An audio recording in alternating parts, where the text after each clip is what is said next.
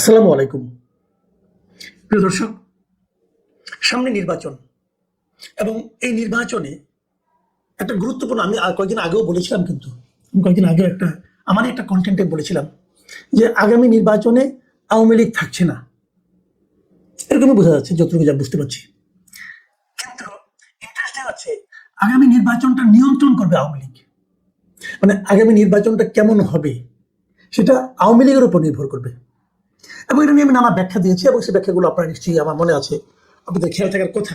এটা আমি গত মাসে করেছিলাম। এখন তার নমুনা আমরা অলরেডি দেখতে শুরু করেছি। নমুনা একাধিক আছে, আজকে একটা নমুনা নিয়ে কথা বলবো। সেই নমুনাটা হলো বিএনপির মহাসচিব মির্জা ফখরুল ইসলাম আলমগীর। উনি ঠাকুরগাঁও সদর উপজেলার মোহাম্মদপুর ইউনিয়নে একটা মত বিনিময় সভায় তিনি অংশ নিয়েছেন প্রধান অতিথি হিসেবে আজকে মঙ্গলবার 11ই নভেম্বর। এবং সেইখানে প্রধান অতিথির বক্তব্য দিতে গিয়ে তিনি একটা কথা বলেছেন। সে কথাটা হলো, আমি আপনাদের কথাটাকে হুবহু পড়ে শোনাচ্ছি। তিনি বলেছেন, আমরা প্রতিহিংসা ও প্রতিশোধের রাজনীতি করতে চাই না। আওয়ামী লীগ যেভাবে নির্বিচারে মামলা করেছে, আমরা সে পথে হাঁটতে চাই না। বরং আওয়ামী লীগের বিরুদ্ধে যত মামলা আছে সবগুলোই আমরা তুলে নেব। দেখুন, এখানে 3টা সেন্টেন্স। প্রথম দুটো খুব ভালো, তৃতীয়টা এটা ভালো কি মন্দ সে আলোচনায় যাওয়ার আগে এটা যে বিতর্কিত সেটা আপনারা নিশ্চয়ই বুঝতে পারছেন।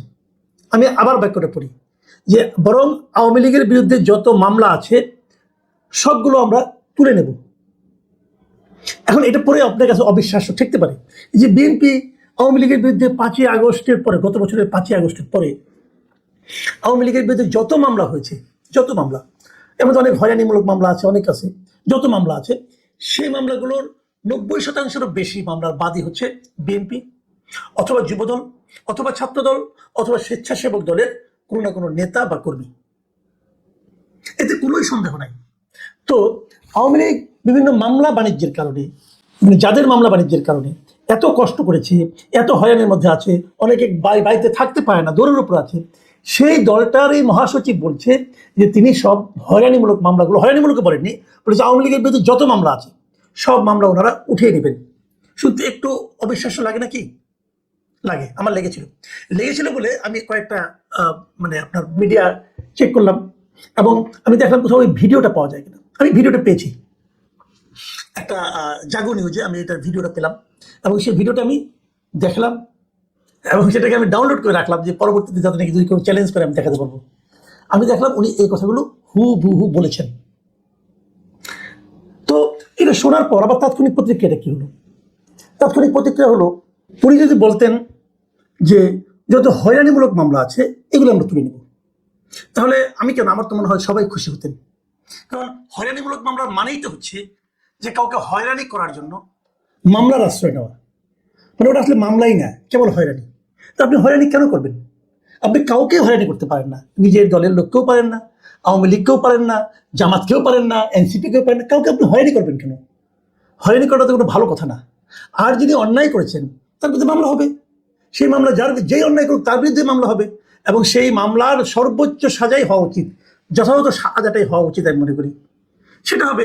তো মামলা যদি লিগাল হয়, মামলা যদি ভ্যালিড হয়, যদি কেউ অপরাধ করে থাকে তার মামলা যদি আপনি তুলে নিতে চান, এটা কিন্তু একজন ঘুষ হয়ে যাচ্ছে, এটা কিন্তু আপনি ভালো কাজ চাচ্ছেন না। আর হয়রানিমূলক মামলা যদি আপনি উদ্ধার করতে চান সেটা ভালো কাজ, সমস্যাটা কি?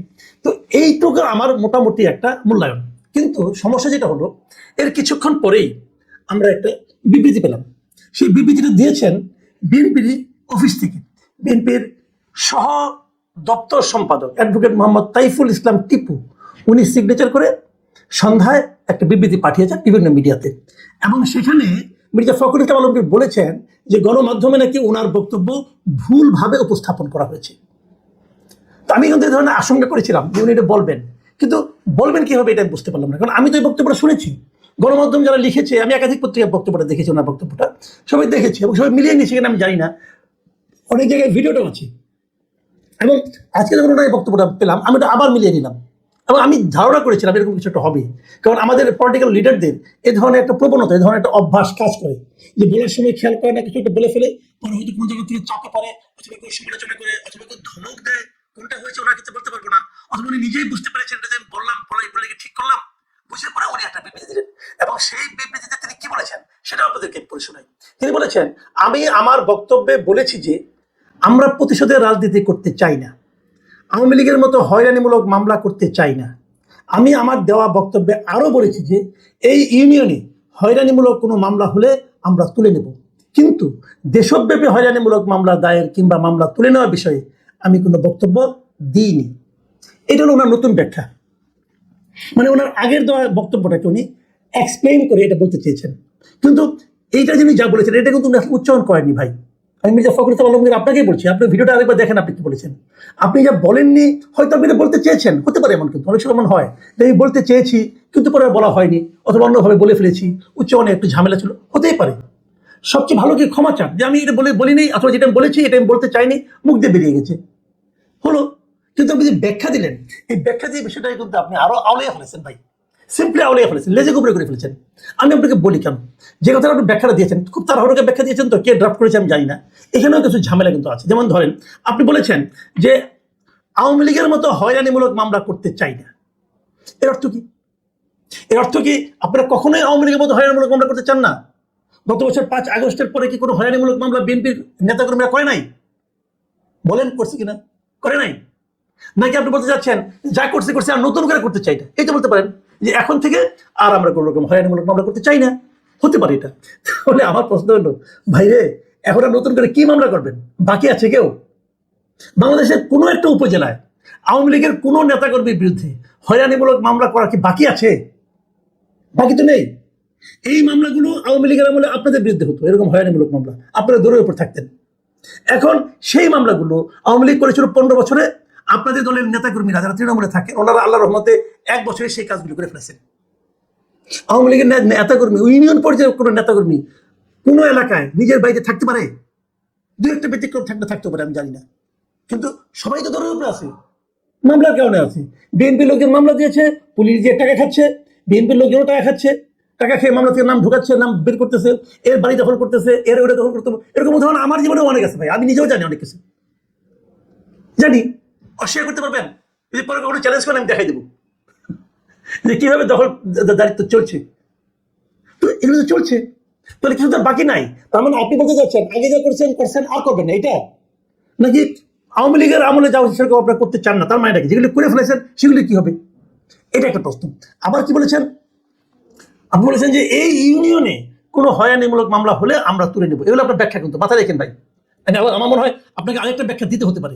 তো আপনি যদি এই ইউনিয়নে মামলাগুলো তুলে নেন তাহলে অন্য জায়গায় তুলবেন না কেন? আপনি কেবল একটা ইউনিয়নের দায়িত্ব নিচ্ছেন কেন? যদি হয়রানিমূলক মামলা হয়ে থাকে, দেশে যত জায়গায় হয়েছে, আপনি সবগুলো তুলনার কথা বলেন। কারণ আপনি তো ওই একটা ইউনিয়ন বিএনপির মহাসচিব না রে ভাই, আপনি তো সারা দেশের বিএনপির মহাসচিব। তো আপনি কেবল একটা ইউনিয়নের দায়িত্ব নিচ্ছেন কেন? আচ্ছা মানলাম ওইটা আপনার নির্বাচনী এলাকা ইউনিয়ন, ওখান থেকে আপনার ভোট দরকার, তো আপনি কি ওই একটা ইউনিয়নে ভোট দিয়ে জিতবেন? আপনার উপজেলার আর ইউনিয়ন নাই, সেই ইউনিয়নগুলির দায়িত্ব কে নেবে? আপনি ওই একটা ইউনিয়নে হয়রানিমূলক মামলাগুলো তুলে নেবেন, অন্য অন্য ইউনিয়নে যদি হয়রানিমূলক মামলা হয়ে থাকে সেগুলো কে তুলবে? সেগুলো তুলে আনতে পারছেন না কেন? সেটা তো বলা দরকার। ভাই আমার মনে হচ্ছে ভাই আপনার সমস্যাটা কি আমি বুঝতে পারছি না, মাথা আমলে গেছে কিনা জানি না, কিন্তু আমার কথা হলো এরকম হয় যখন নাকি আপনি একটা কথা বলেন সে কথা থেকে ব্যাক করতে চান, তখন উল্টাপাল্টা ব্যাখ্যা দিন না। উল্টাপাল্টা ব্যাখ্যা দিলে আপনি আরো আওলায় যাবেন।